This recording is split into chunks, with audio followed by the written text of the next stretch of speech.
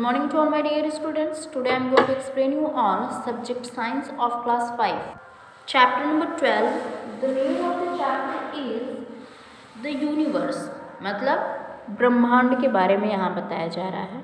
In the class मतलब class में teacher has you one of you ever tried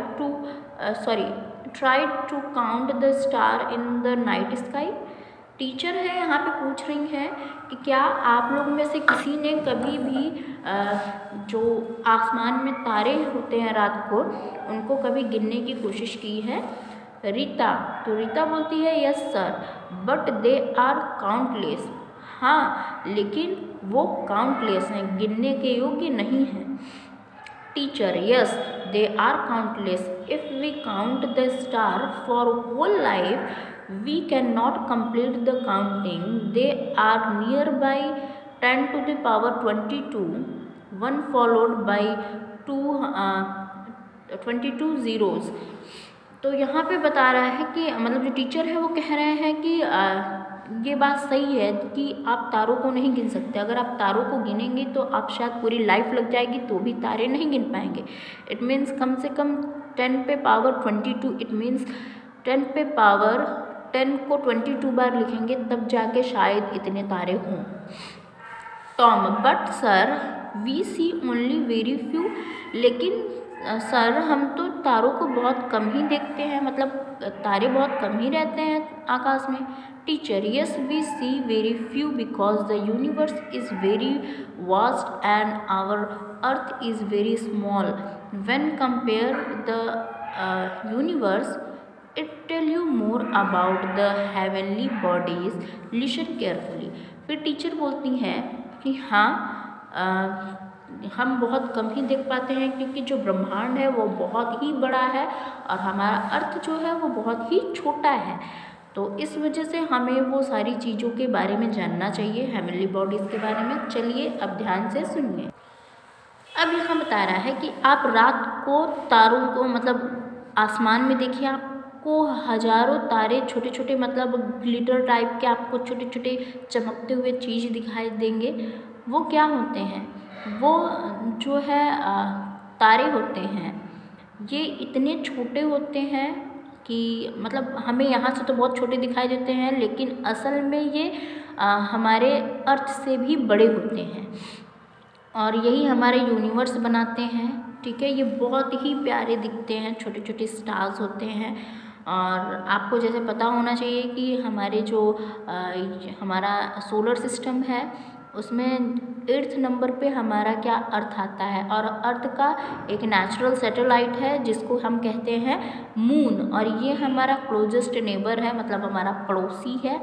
ठीक है, फिर अब हम मून के बारे में पढ़ेंगे. मून क्या है? मून जो है हमारे अर्थ से इसकी दूरी कितनी है? हमारे अर्थ से इसकी दूरी है यहाँ पे लिखा हुआ है इतनी किलोमीटर दूरी है. आपको ये पता होना चाहिए कि जो अर्थ मतलब अर्थ को छोड़ के और भी कोई प्लैनेट पे हमारा लाइफ जो है वो पॉसिबल नहीं है. वहाँ पे पानी नहीं है, वहाँ पे हवा नहीं है, मतलब वहाँ पे कोई भी चीज़ बिना मतलब वहाँ पे सिर्फ डस्ट और रॉक्स हैं, माउंटेन्स हैं जो कि कवर्ड हैं डस्ट से. तो इस तरीके से वहाँ पे कोई मतलब लाइफ नहीं है. देखिए यहाँ फिगर में भी दिखाया गया किस तरीके से ब्लैक टाइप का है. तो यहाँ पे सब स्पेस कोट पहन के जाते हैं क्योंकि ये स्पेस में गिने जाते हैं और यहाँ पे लाइफ नहीं है, इस वजह से इनको ऑक्सीजन वगैरह भी लेके जाना पड़ता है. तो ये क्या है? ये एक नेचुरल सैटेलाइट है किसका? अर्थ का. ठीक है, यहाँ पे मून में बहुत कम ग्रेविटी है, मतलब ना के बराबर ग्रेविटी है जिसकी वजह से यहाँ पे ये पैर रख के खड़े हुए हैं लेकिन बहुत आराम से नहीं, जैसे कि हम अपने अर्थ में खड़े हो जाते हैं. तो इस तरीके से नहीं है. ठीक है, यहाँ पे हम किसी के साउंड को भी नहीं हियर कर सकते हैं, मतलब अगर कोई बोलता है तो हम उसकी आवाज़ को भी नहीं सुन सकते हैं. यहाँ पे सब हेडफोन लेके जाते हैं या फिर एक कनेक्शन लेके जाते हैं जिसके थ्रू ये बात करते हैं. अदरवाइज़ ये जैसे मैं अभी यहाँ बोल रही हूँ और आप सुन रहे हैं तो ऐसा वहाँ पे कोई चीज़ नहीं है. ठीक है, अब यहाँ पे हम आगे बढ़ेंगे. आगे है the moon and the tides. अब यहाँ पे आपने कभी देखा है टाइड्स को, सी में, समुद्र में किस तरीके से जब मून निकलता है रात में तो आप समुद्र की जो लहरें होती हैं उनमें देखते हैं, आपको लगता है जैसे उसमें मोतियाँ पड़ी होती हैं। तो ये सब किसके कारण है? ये अर्थ का जो ये लाइटिंग है, सॉरी ये मून का जो लाइटिंग है इसकी वजह से, इसके रिफ्लेक्शन से है। इसके बारे में जो फिशरमैन होते हैं जो कि शिप वगैरह पे जाते हैं ना फिशिंग करने, तो उनको इन सब चीज़ों के बारे में बहुत अच्छे से पता होता है, क्योंकि वो इन्हीं सब के हिंट से या फिर इन्हीं सब के दिखावे से वो बहुत सारी चीज़ों के बारे में आइडिया लगाते हैं। अब यहाँ बात आती है शैडो की। तो कभी जब भी लाइट होती है तो शैडो तो बनना ही बनना होता है। अगर लाइट नहीं होती तो आप शैडो नहीं बना सकते हो या फिर नहीं बन सकती है। तो यहाँ पे इमेज के या फिर शैडो के अकॉर्डिंग यहाँ पे कितनी तरीके के ऑब्जेक्ट्स होते हैं या फिर किस तरीके की लाइटिंग निकलती है तो वो यहाँ पे बताया जा रहा है।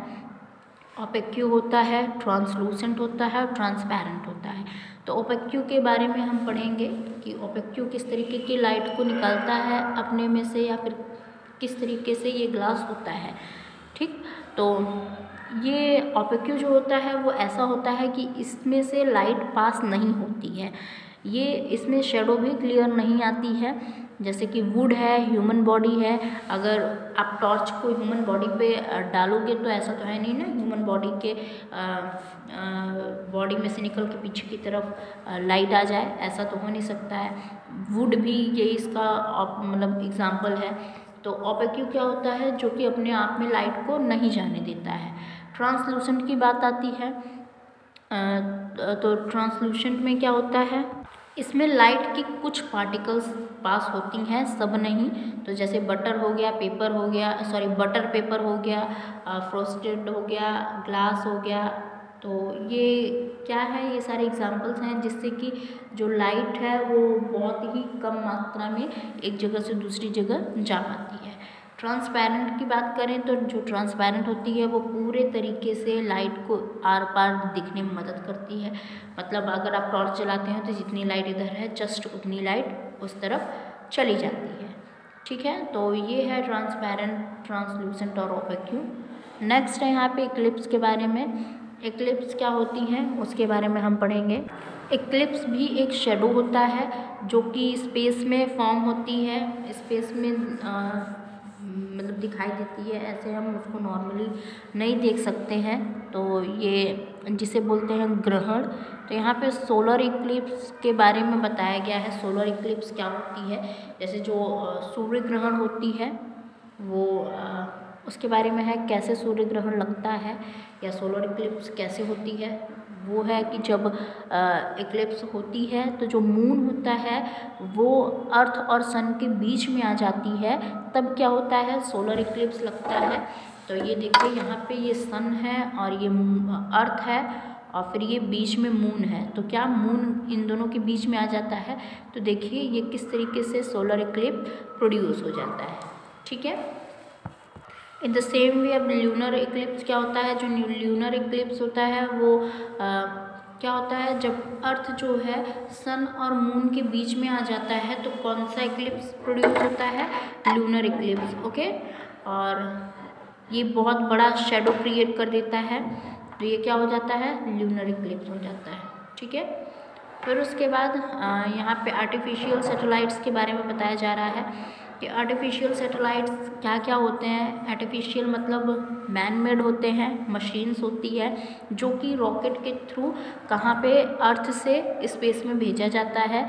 और जो फर्स्ट सैटेलाइट लॉन्च हुआ था वो था स्पुतनिक, जो कि रशियन साइंटिस्ट के द्वारा लॉन्च किया गया था।